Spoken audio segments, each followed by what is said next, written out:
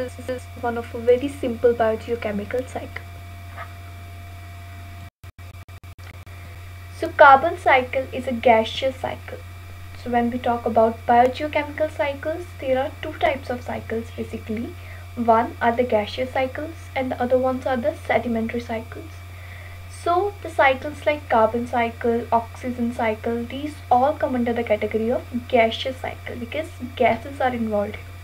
So they are known as gaseous cycles because that means that they involve the transformation of gases between the hydrosphere, the atmosphere and the biosphere. In the atmosphere, carbon accounts for about 0.32%, and in nature, carbon is present in both inorganic forms as well as in the organic forms. Carbon dioxide is also generated into the atmosphere via respiration. So these are all the sources, like we get carbon dioxide into the atmosphere via the process of respiration. Carbon dioxide gets into the atmosphere by the combustion of fossil fuels, and there are so many sources as such. So in a whole, on and on, in an atmosphere, the carbon accounts for about 0.32%. And even the carbon present, it's not just present in one form, it is present in inorganic forms, it is present in organic forms.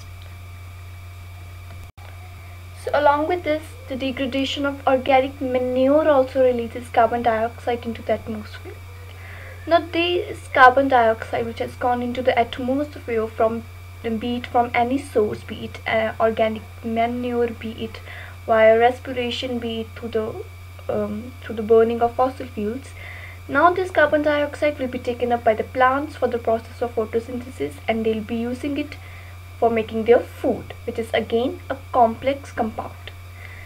Then further, these plants will be eaten by organisms, those organisms will be eaten by humans, and that is how this carbon will get along and will go up in the food chain. So that is how the carbon is circulating in the ecosystem. Now let us look at a simple trigonometric representation which is showing us the carbon cycle. So we can see here that from the vegetation, from the plants, carbon dioxide is released. Okay, they take carbon dioxide as well as they release carbon dioxide by the process of respiration. So they take carbon dioxide for the process of photosynthesis, and they also respire at carbon dioxide. And this carbon dioxide, it can either go back into the atmosphere or it gets into the soil. And from there it may enter the water streams. From water streams it may ultimately lead to oceans. From oceans it may seep down into the carbonate rocks, or it may either be evaporated from the oceans and may again get into atmosphere. So this is a continuous cycle. You can here also you can see that fossil fuels are also releasing carbon dioxide which gets into the atmosphere.